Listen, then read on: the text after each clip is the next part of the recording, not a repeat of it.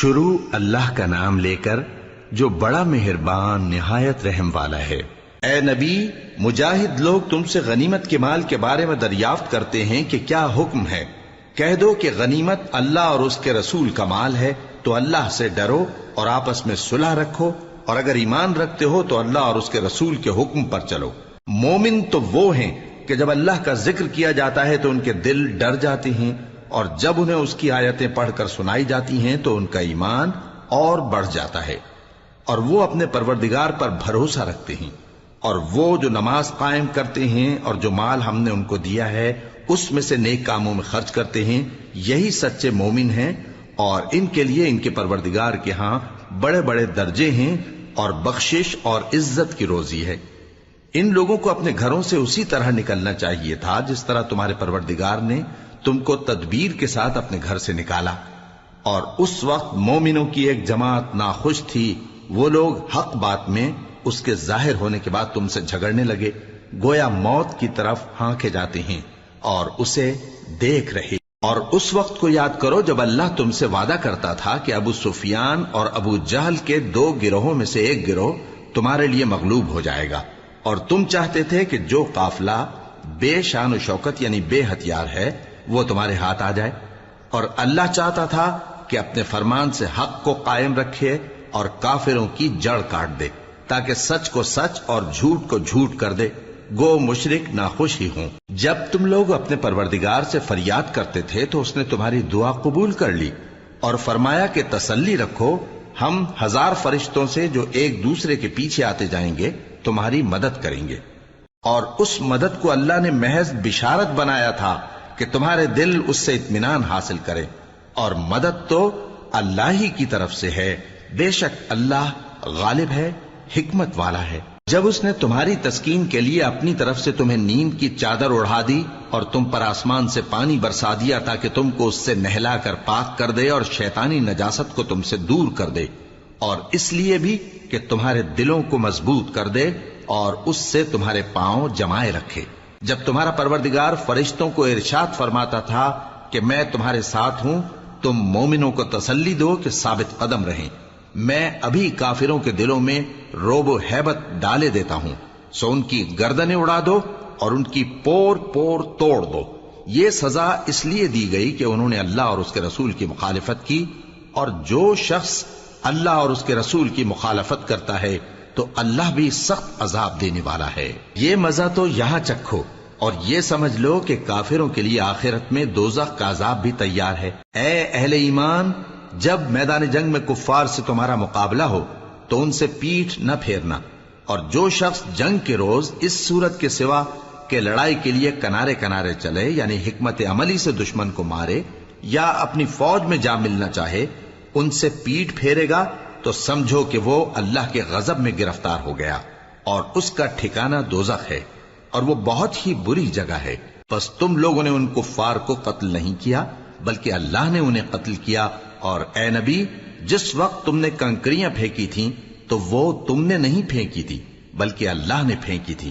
اس سے غرض یہ تھی کہ مومنوں کو اپنے احسانوں سے اچھی طرح آزما لے، بے شک اللہ سنتا ہے، جانتا ہے۔ ہوا بھی یوں ہی، اور کچھ شک نہیں کہ اللہ کافروں کی تدبیر کو کمزور کر دینے والا ہے۔ کافروں، اگر تم فیصلہ چاہتے ہو تو تمہارے پاس فیصلہ آ چکا، اگر تم اپنے افعال سے باز آ جاؤ تو تمہارے حق میں بہتر ہے، اور اگر پھر نافرمانی کرو گے تو ہم بھی پھر تمہیں عذاب کریں گے، اور تمہاری جماعت خواہ کتنی ہی بڑی ہو تمہارے کچھ بھی کام نہ آئے گی، اور اللہ تو مومنوں کے ساتھ ہے۔ اے ایمان والو، اللہ اور اس کے رسول کے حکم پر چلو اور اس سے روگردانی نہ کرو جبکہ تم سنتے بھی ہو، اور ان لوگوں جیسے نہ ہونا جو کہتے ہیں کہ ہم نے سن لیا مگر حقیقت میں نہیں سنتے۔ کچھ شک نہیں کہ اللہ کے نزدیک تمام جانداروں میں بدترین وہ بہرے گونگے لوگ ہیں جو عقل سے کام نہیں لیتے، اور اگر اللہ ان میں خیر کی طلب دیکھتا تو ان کو سننے کی توفیق بخشتا، اور اگر یوں ہی انہیں سنوا دیتا تو وہ منہ پھیر کر بھاگ جاتے۔ مومنوں، اللہ اور اس کے رسول کا حکم قبول کرو، جبکہ رسول تمہیں ایسے کام کے لیے بلاتے ہیں جو تم کو زندگی جاوداں بخشتا ہے، اور جان رکھو کہ اللہ آدمی اور اس کے دل کے درمیان حائل ہو جاتا ہے، اور یہ بھی کہ تم سب اس کے روبرو جمع کیے جاؤ گے۔ اور اس فتنے سے ڈرو جو خصوصیت کے ساتھ انہی لوگوں پر واقع نہ ہوگا جو تم میں گناہگار ہیں، اور جان رکھو کہ اللہ سخت عذاب دینے والا ہے۔ اور اس وقت کو یاد کرو جب تم زمین مکہ میں قلیل اور ضعیف سمجھے جاتے تھے اور ڈرتے رہتے تھے کہ لوگ تمہیں اڑا نہ لے جائیں، یعنی ختم نہ کر دیں، تو اس نے تم کو جگہ دی اور اپنی مدد سے تم کو تقویت بخشی اور پاکیزہ چیزیں کھانے کو دیں تاکہ اس کا شکر کرو۔ اے ایمان والو، نہ تو اللہ اور رسول سے خیانت کرو اور نہ اپنی امانتوں میں خیانت کرو، اور تم ان باتوں کو جانتے ہو، اور جان رکھو کہ تمہارا مال اور اولاد بڑی آزمائش ہے، اور یہ کہ اللہ کے پاس نیکیوں کا بڑا ثواب ہے۔ مومنو، اگر تم اللہ سے ڈرو گے تو وہ تمہارے لیے حق و باطل کا فرق ظاہر کر دے گا اور تمہارے گناہ مٹا دے گا اور تمہیں بخش دے گا، اور اللہ بڑے فضل والا ہے۔ اور اس وقت کو یاد کرو جب کافر لوگ تمہارے بارے میں چال چل رہے تھے کہ تم کو قید کر دیں یا جان سے مار دیں یا وطن سے نکال دیں، تو ادھر تو وہ چال چل رہے تھے اور ادھر اللہ تدبیر کر رہا تھا، اور اللہ بہترین تدبیر کرنے والا ہے۔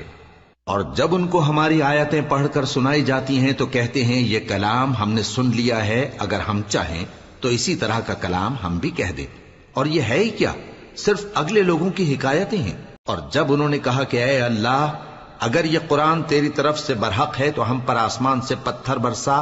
یا کوئی اور تکلیف دینے والا عذاب بھیج دے۔ اور اللہ ایسا نہ تھا کہ جب تک اے پیغمبر تم ان میں تھے انہیں عذاب دیتا، اور نہ ایسا ہے کہ وہ تو بخشش مانگیں اور اللہ انہیں عذاب دے۔ اور اب ان کے لیے کون سی وجہ ہے کہ وہ انہیں عذاب نہ دے، جبکہ وہ مسجد حرام میں نماز پڑھنے سے روکتے ہیں، جبکہ وہ اس مسجد کے متولی بھی نہیں ہیں۔ اس کے متولی تو صرف پرہیزگار ہیں، لیکن ان میں کے اکثر نہیں جانتے۔ اور ان لوگوں کی نماز خانہ کعبہ کے پاس سیٹیاں اور تالیاں بجانے کے سوا کچھ نہ تھی، تو تم جو کفر کرتے تھے اب اس کے بدلے عذاب کا مزہ چکھو۔ جو لوگ کافر ہیں اپنا مال خرچ کرتے ہیں کہ لوگوں کو اللہ کے رستے سے روکیں، سو ابھی اور خرچ کریں گے، مگر آخر وہ خرچ کرنا ان کے لیے موجب افسوس ہوگا، اور وہ مغلوب ہو جائیں گے، اور کافر لوگ دوزخ کی طرف ہانکے جائیں گے تاکہ اللہ پاک سے ناپاک کو الگ کر دے اور ناپاک کو ایک دوسرے پر رکھ کر ایک ڈھیر بنا دے، پھر اس کو دوزخ میں ڈال دے۔ یہی لوگ خسارہ پانے والے ہیں۔ اے پیغمبر، کفار سے کہہ دو کہ اگر وہ اپنے افعال سے باز آ جائیں تو جو ہو چکا وہ انہیں معاف کر دیا جائے گا، اور اگر پھر وہی حرکات کرنے لگیں گے تو اگلے لوگوں کا جو طریقہ جاری ہو چکا ہے وہی ان کے حق میں بھی برتا جائے گا۔ اور ان لوگوں سے لڑتے رہو یہاں تک کہ فتنہ یعنی کفر کا فساد باقی نہ رہے اور دین سب اللہ ہی کا ہو جائے، اور اگر وہ باز آ جائیں تو اللہ ان کے کاموں کو دیکھ رہا ہے، اور اگر روگردانی کریں تو جان رکھو کہ اللہ تمہارا حمایتی ہے، اور وہ خوب حمایتی اور خوب مددگار ہے۔ اور جان رکھو کہ جو مال غنیمت تم کفار سے حاصل کرو اس میں سے 5واں حصہ اللہ کا اور اس کے رسول کا، اور اہل قرابت اور یتیموں کا اور محتاجوں کا اور مسافروں کا ہے۔ اگر تم اللہ پر اور اس نصرت پر ایمان رکھتے ہو جو حق و باطل میں فرق کرنے کے دن یعنی جنگ بدر میں جس دن دونوں فوجوں میں مٹ بھیڑ ہو گئی تھی، ہم نے اپنے محبوب بندے محمد صلی اللہ علیہ وآلہ وسلم پر نازل فرمائی، اور اللہ ہر چیز پر قادر ہے۔ جس وقت تم مدینے سے قریب کے ناکے پر تھے اور کافر دور کے ناکے پر، اور قافلہ تم سے نیچے اتر گیا تھا، اور اگر تم جنگ کے لیے آپس میں قرارداد کر لیتے تو وقت معین پر جمع ہونے میں تقدیم و تاخیر ہو جاتی، لیکن اللہ کو منظور تھا کہ جو کام ہو کر رہنے والا تھا اسے کر ہی ڈالے، تاکہ جو مرے بصیرت پر یعنی یقین جان کر مرے، اور جو جیتا رہے وہ بھی بصیرت پر یعنی حق پہچان کر جیتا رہے۔ اور کچھ شک نہیں کہ اللہ سنتا ہے، جانتا ہے۔ اس وقت اللہ نے تمہیں خواب میں کافروں کو تھوڑی تعداد میں دکھایا تھا، اور اگر بہت کر کے دکھاتا تو تم لوگ جی چھوڑ دیتے اور جو کام درپیش تھا اس میں جھگڑنے لگتے، لیکن اللہ نے تمہیں اس سے بچا لیا، بے شک وہ سینوں کی باتوں تک سے واقف ہے۔ اور اس وقت جب تم ایک دوسرے کے مقابل ہوئے تو کافروں کو تمہاری نظروں میں تھوڑا کر کے دکھاتا تھا اور تم کو ان کی نگاہوں میں تھوڑا کر کے دکھاتا تھا، تاکہ اللہ کو جو کام کرنا منظور تھا اسے کر ڈالے۔ اور سب کاموں کا رجوع اللہ ہی کی طرف ہے، مومنو، جب کفار کی کسی جماعت سے تمہارا مقابلہ ہو تو ثابت قدم رہو اور اللہ کو بہت بہت یاد کرو تاکہ مراد حاصل کر لو، اور اللہ اور اس کے رسول کے حکم پر چلو، اور آپس میں جھگڑا نہ کرنا کہ ایسا کرو گے تو تم بزدل ہو جاؤ گے اور تمہاری ہوا اکھڑ جائے گی، اور صبر سے کام لو کہ اللہ صبر کرنے والوں کا مددگار ہے۔ اور ان لوگوں جیسے نہ ہونا جو اتراتے ہوئے یعنی حق کا مقابلہ کرنے کے لیے اور لوگوں کو دکھانے کے لیے گھروں سے نکل آئے اور لوگوں کو اللہ کی راہ سے روکتے ہیں، اور جو اعمال یہ کرتے ہیں اللہ ان کا احاطہ کیے ہوئے ہے۔ اور جب شیطان نے ان کے اعمال ان کو آراستہ کر دکھائے اور کہا کہ آج کے دن لوگوں میں سے کوئی تم پر غالب نہ ہوگا اور میں تمہارا رفیق ہوں، لیکن جب دونوں فوجیں ایک دوسرے کے مقابل صف آرا ہوئیں تو پسپا ہو کر چل دیا اور کہنے لگا کہ مجھے تم سے کوئی واسطہ نہیں، میں تو ایسی چیزیں دیکھ رہا ہوں جو تم نہیں دیکھ سکتے، مجھے تو اللہ سے ڈر لگتا ہے اور اللہ سخت عذاب کرنے والا ہے۔ اس وقت منافق اور کافر جن کے دلوں میں بیماری تھی کہتے تھے کہ ان لوگوں کو ان کے دین نے مغرور کر رکھا ہے، اور جو شخص اللہ پر بھروسہ رکھتا ہے تو اللہ غالب ہے، حکمت والا ہے۔ اور کاش تم اس وقت کی کیفیت دیکھو جب فرشتے کافروں کی جانیں نکالتے ہیں کہ ان کے چہروں اور پیٹھوں پر مارتے جاتے ہیں اور کہتے ہیں اب آگ کے عذاب کا مزہ چکھو، یہ ان اعمال کی سزا ہے جو تمہارے ہاتھوں نے آگے بھیجی ہیں، اور یہ جان رکھو کہ اللہ بندوں پر ظلم نہیں کرتا۔ جیسا حال فرعونیوں اور ان سے پہلے لوگوں کا ہوا تھا ویسا ہی ان کا ہوا کہ انہوں نے اللہ کی آیتوں سے کفر کیا تو اللہ نے ان کے گناہوں کی سزا میں ان کو پکڑ لیا۔ بے شک اللہ زبردست ہے، سخت عذاب دینے والا ہے۔ یہ اس لیے کہ جو نعمت اللہ کسی قوم کو دیا کرتا ہے جب تک وہ خود اپنے دلوں کی حالت نہ بدل ڈالیں اللہ اسے نہیں بدلا کرتا، اور اس لیے کہ اللہ سنتا جانتا ہے۔ جیسا حال فرعونیوں اور ان سے پہلے لوگوں کا ہوا تھا ویسا ہی ان کا ہوا۔ انہوں نے اپنے پروردگار کی آیتوں کو جھٹلایا تو ہم نے ان کو ان کے گناہوں کے سبب ہلاک کر ڈالا اور فرعونیوں کو ڈبو دیا، اور وہ سب ظالم تھے۔ جانداروں میں سب سے بدتر اللہ کے نزدیک وہ لوگ ہیں جو کافر ہیں، سو وہ ایمان نہیں لاتے۔ جن لوگوں سے تم نے صلح کا عہد کیا ہے